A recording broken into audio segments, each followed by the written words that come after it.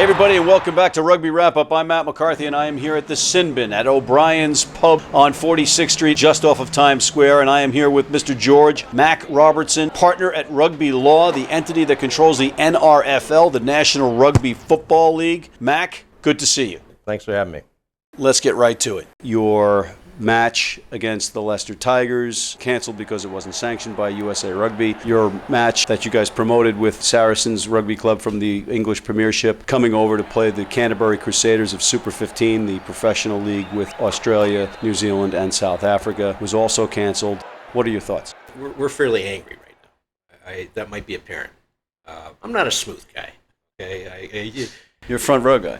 Front row, and what you see is what you get. Yeah, I've done some uppercuts against my opposite prop because he underrated me and Fish hooks, thumbs in the eye. Things like that, right? Okay, but I love the sport. I love the game. I'm passionate about 15s. What would be the next step for the NRFL?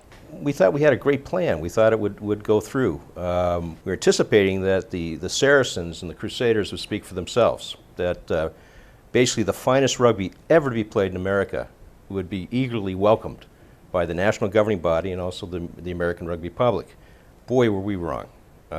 We actually had the national governing body trying to cut us off at the knees at every step they could take, through technicalities, through very silence at the wrong time, through basically insulting the Saracens and the Crusaders, which they're sitting there scratching their head wondering, what gives? The sanctioning aspect of it was really was what took down the match with the Tigers and the Rough Riders, right? So with Saracens and the Crusaders at the Superdome in Louisiana, in New Orleans, that was to be basically developmental sides. No, that's nonsense. It is a Rugby World Cup year. There's no doubt about that. But it was not lost on these two great clubs that this was their inaugural game in the American market, and that this was also their first game these two sides had ever met. So to think that this is some sort of farm bush league version, which doesn't exist anyway for the Saracens and the Crusaders, is just ignorant. You have Crusaders that are all blacks. You also have the Crusaders naming their team the Crusaders Knights. Mm-hmm. That would indicate that this was the equivalent of like England A. Total nonsense. The Crusaders were going to come. This is according to the CEO of the Crusaders, who we've had long discussions with and interactions with to get this game for the American rugby public. It was the New Zealand Rugby Union that insisted that it was downgraded as far as the name goes to Crusaders Knights. For those of you unfamiliar, the NCRU is the New Zealand Rugby Union, and they control all things rugby in New Zealand, including the professional teams in Super Rugby, and they are very stringent with their All Blacks, especially in the lead up to the Rugby World Cup. The New Zealand Rugby Union is struggling right now to provide a format and a framing for their players so that they just don't lose all these players. So we had thought that the New Zealand Rugby Union would also be delighted with this, because this would start to find a market for, in Rugby World Cup years, a few guys definitely were playing for the Rugby World Cup. That's how mighty and great this team is. Richie McCaw and Dan Carter, who That's are right. on the Canterbury That's right. Crusaders. But there's no way in hell they were going to play If this was next in year, New Orleans this year. No, not this year. But if this was next year, they would have definitely played. Perhaps. No, perhaps. That's from, I mean, if the CEO of the Crusaders is any sort of Well, there's authority. a lot of intangibles. McCall might retire. Carter's got injury issues over the years. You know, that's that. This is, we're talking in hypotheticals. No. We're talking business. That's equivocation. We're talking about the Canterbury Crusaders. We're talking about the rugby world's Yankees coming to America and being dissed, not finding a market, finding no interest. We were attacked. National governing body did everything it could to obfuscate this game happening. The Crusaders match with Saracens, what would you think out of a 70,000 seat stadium you were going to get? We thought we had a chance at a sellout. That's how stupid we were. Right now, the rugby market in the United States is composed of people who want mediocrity. They want to be defined as being part of something. Who are these people that you're saying? Guys like me. Like, I've got 4 knees and a broken wrist and 2 ribs into rugby. I shouldn't, but look at me. Am I an athlete? But I can claim membership in rugbydom. And those are the guys that go to the All Blacks games. Those are the guys who support sevens and such. Not me anymore, because I want to make some money. We are fiercely involved with maintaining a sport identity that really has very little to do with excellence and everything to do with membership. Let's talk about the Crusaders-Saracens thing. You guys canceled it, right? Basically because of a lack of ticket sales? We canceled it because there was very little ticket sales. We thought that the finest rugby to ever appear in America would gain at least a break-even seating. And we weren't really too concerned about selling out. We just wanted to fill the lower bowl. We wanted to start. We wanted to scratch the pad. What would have been a successful gate for you guys at the Superdome? About 12,000. We would have broken even, said next year we would have had something to work with, and we would have gone on to our next step, which, by the way, we're still going to go on to. In comparison, the Northampton Saints, one of the best teams in England for 100 years. They've run a profit consecutive years, going on like 13 seasons. Their home, Franklin Gardens, with a very, very passionate fan base, seats about 13,000. Why is that of any interest? Because we're taking teams. I'm not playing in England. I'm playing in the United States of America. This is the biggest market in the world for sports. I get it, but what we... Well, you don't, because if that's what you say, you're obviously going down rabbit holes that have no bearing on the U.S. sports market. But it does have a bearing. Nonsense. You Nonsense. Have, now, if folks here, us, you, me, we know Saracens. We know the Crusaders. We know the Leicester Tigers. But there's a lot of American rugby fans, specifically guys that we've played with, that don't know. Well, let me toss the ball to you, Matt, on that. Why weren't you enthusiastic about the Saracens Crusaders coming here? I was very enthusiastic. I didn't read anything about it. I didn't read anything from you. Junior, we covered it. I read suspicion and hesitation. Not for me, you didn't. And, well, that's what I definitely got. Not for me, you didn't. I mean, it doesn't do us any good. That's so what there's we're hearing now. But what I'm saying is it doesn't matter, because this is just a pause. The market's too big. Rugby Union 15s is such a beautiful game. We will succeed. If it's not us, someone else will. I'm not disagreeing with you, and this isn't about my opinion. I'm all for pushing this ball of rugby up the mountain together in the United States. And no, this is not a communist East German effort. I'm not saying that. I am a capitalist. No, but this is the mentality. Everyone says it's a cause.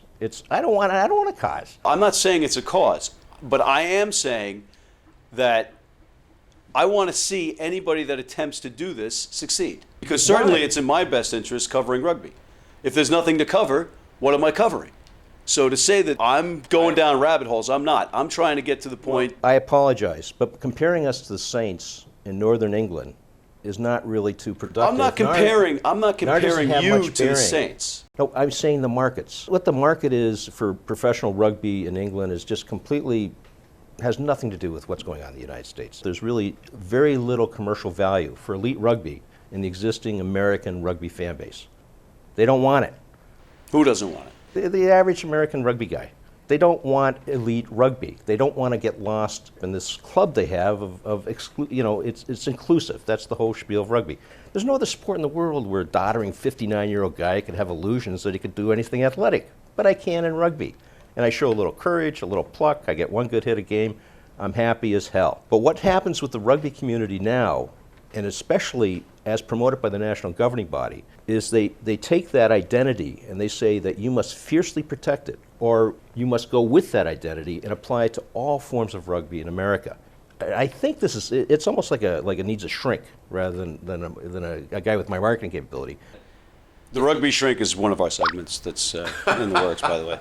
But that's definitely the approach of the national governing body, and I apologize to you, but for most of the press, who are all part of somewhat of an incestuous pack in terms of trying to claw some money out of a very meager revenue, which is all Olympics anyway. We're blindsided. We weren't thoughtful as we should have been. We should have realized that that's where this 5,000, 10,000 like yeast to start the loaf up wasn't there. Where we're going to go now is we're going to go to American sports fans who don't know what rugby is. Some of your critics have been saying, you know what? His model of using ex-NFL players or crossover athletes. But to be fair, to that point. Let's stop that now. Half of your... Hold on. I'm getting impatient with that shit. Let me finish. Impatient. Hold on.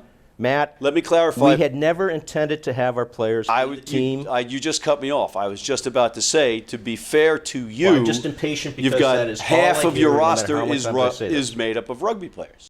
No. Or have rugby experience. No, it's got nothing to do with like whether they're half or three-quarters or all or two. The point is that we had to put a side out to beat the Tigers. We intended to beat the Tigers. So how would you do it? I would go out and find a lot of guys who could run a 4.5 that weigh 280. That's a good idea. Also, since they're like 8 years old, have been throwing an oblong ball around. That's not a bad idea either. Also, guys who are really motivated to find a second career because they got nothing now. They're beautiful, beautiful athletes, and more from happenstance than any sort of selection. They don't have a career. They need a job. I'm not mocking No. or knocking the model of trying to use these players. I haven't finished. My point was... I haven't finished describing my model. In fact, USA Rugby right now is trying to do a talent search because they're going to do this surprising semi-pro MLS second-tier type of thing that's going to come out in a year or so. And they're doing it on our model because they realize that the terrible truth is that American rugby players, none of these guys have the idea of what it takes to be pro. And that's just fact. So I would start with these crossover athletes. But that's not good enough to beat the Tigers. We can't go out and put these guys on the field. What about the fly half, the fullback? A wing with a foot. Carl Isles just got murdered up in Glasgow because they would kick to him. As soon as they found out his speed, okay, it was great, they just put two guys on him and they kicked to him every single time in the corner, and he would lose possession every single time. Your Rough Riders might experience that same kind of situation against the Tigers. Without a doubt, except they wouldn't be like light as Isles. We had gone out and gotten Ollie Williams, who I think is a pretty good rugby player. All the Armitage brothers, it's basically not too difficult to figure it out. It's all the English exiles. If you have the temerity to think of your family and go to France for a salary that's reasonable, for given your skill level, you're off England.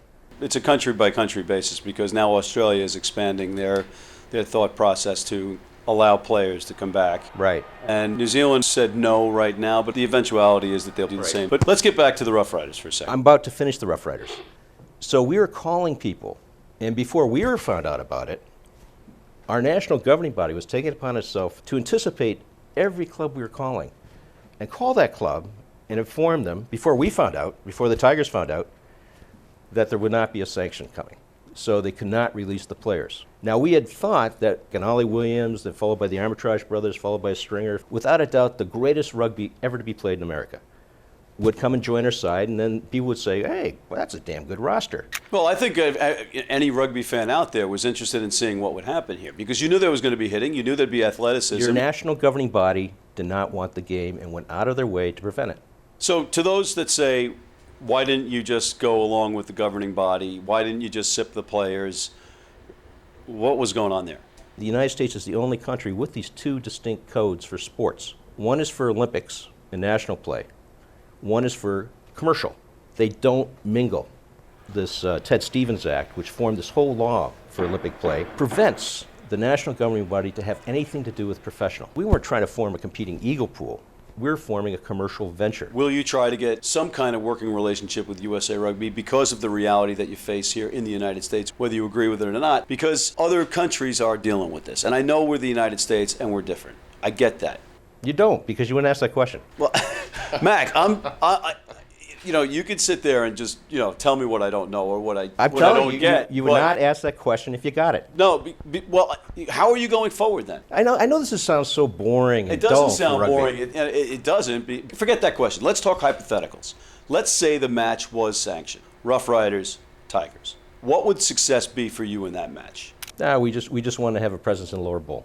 And we would have been 10K. Our thought was that if we had that roster, we thought we might have done much better. But who knows? We don't know. To be fair, there wasn't a heck of a lot of marketing going on. I mean, you got 6,500 likes on the Facebook page, and for this kind of event, it's a big event. We were all set to have a very large spend, but we could not. It just was foolish to proceed with that, given the setting that the national governing body was giving us. Why would we? That's a question you have to ask yourself, basically. No, I'm asking you. Since I don't know anything, I am not answering any more questions. Okay, good. So I'm just going to ask the dopey questions, and you can tell me how dopey I am, and then we'll continue with the interview. That might be the best way to proceed, given what we've learned. This is more of a back-forward thing than anything else. So 10,000 fans might have been successful. 7,500 might have been successful. We're looking at having over 10 in New Orleans, and then having close to 10, maybe over 5 in Philly. So why not do it in a smaller stadium? Because the setting of rugby is such a glorious, great game, and the market we're after, that if we go into these failed soccer stadiums, which is what that is. It's a stadium. No, they're 20,000 because they can't find a bigger market, and they don't want to have the embarrassment of a lousy sort of like, they're all sitting in one corner way in the midst of like. But do you want the embarrassment of canceling a match because you don't have advanced ticket sales? It's not embarrassment. We didn't intend to make any money. We were hoping to break even, survive. Which is a big nut, right? Because you're paying for Lincoln Financial. You're flying over the Tigers. You've got your players on the Rough Riders, including Ali Williams. We suffered, man. We suffered a lot. So it had to be a big hit for you guys. Big hit. And a big hit on the Saracens Crusaders match? Big hit. It's more money than my wife's happy about, put it that way. A lot of money. A lot of damage was done.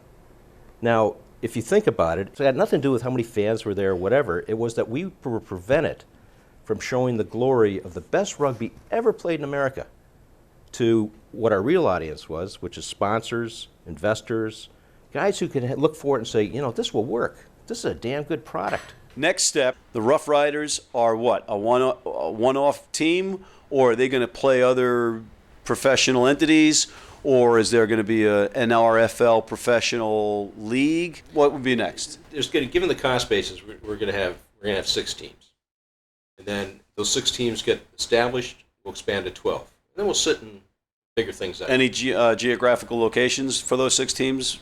We have to be aware that if we show any success, given the cheap cost basis to produce elite rugby, we will have competition, really quick. Like guys, holy cow, those guys are right. Right. And they're going to flood in.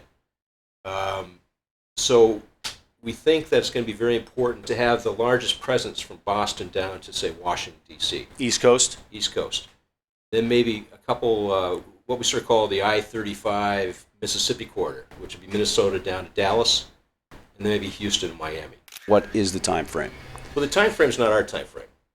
The time frame is what Capital likes.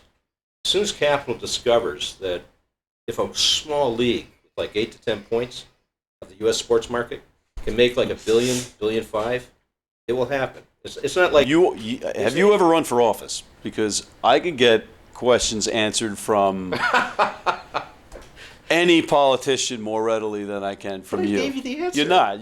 You're answering in Capital. Is his first name Bob Capital? And is he making a decision here, or that's the world I come from? So, and that's the world every major league sport deals with. I understand, but you guys had this Independence Cup, Saracens coming, and the Crusaders coming. So it would seem that you have a plan for pro rugby. Well, this is a definitive plan. I have no interest in being the carnival, showing up once a year, twice a year with some game, our barbarian type side. Although you can limp along and maybe have a little glory. Well, the reason I ask is because it doesn't seem like, okay, because I am a rugby fan, and believe it or not, whether you think so or not, I wanted to see the Rough Riders versus the Tigers. I wanted to see Saracens play Crusaders. I want to see any good quality rugby in the United States. And we disagreed off camera. You didn't like the New Zealand versus USA thing. I did. I thought it was a necessary evil, but that's fine too. But I'm all for all and any good rugby being played here in the United States. So is there a league coming out? This is where you and I differ. I'm for profit. I want to make money. Okay. So therefore, I don't have to worry about those ideas. And believe me, I play. But you have a thing called the NRFL, which is the National Rugby Football League. It's not the National Rugby Rough Riders. It's called a league. Right. And what is the league? What's happening? I think we just reviewed it. It was going to be 6 teams. But is there a definitive timetable? This is what I'm asking, because I know the rugby fans are dying for professional rugby. They're not. Okay. Well, they're not based on the advanced sales of what? The Saracens and Crusaders. That'd be a good enough poll. But again, you're going to argue with me on this. That was not going to be the number one squads from each of those teams coming over here. That's a myth. Now, even if that was true, would that or would that not be the best Premiership rugby, professional rugby ever played in the United States? Unfortunately, it's not happening. Right. And neither is the event in Philadelphia. And so I'm just wondering what is next. And I'm hoping you got something coming down the line for us. You see, man, I don't have to have something. I'm just asking if you do. I'm trying to answer your question, really, without being slippery or anything. I'm coming straight down the line. This is the facts of it all. And I'll also tell you where else it might end up. There's a thing called National Rugby League. If USA Rugby doesn't smarten up and allow capital to come in and invest in the best game of the world, which is rugby union 15s, They're going to lose the whole market. It's going to be National Rugby with Russell Crowe in the forefront, with Mandalay financing it down in Vegas, and they're going to come and own this country. Mac, we are out of time, but we have to pick this conversation up again. Sure. And you are always welcome on Rugby Wrap Up. George Mac Robertson, it was a pleasure having you on. Matt McCarthy for Rugby Wrap Up at the Sin Bin at O'Brien's in New York City. Thank you, Mac. All right, thanks for the time.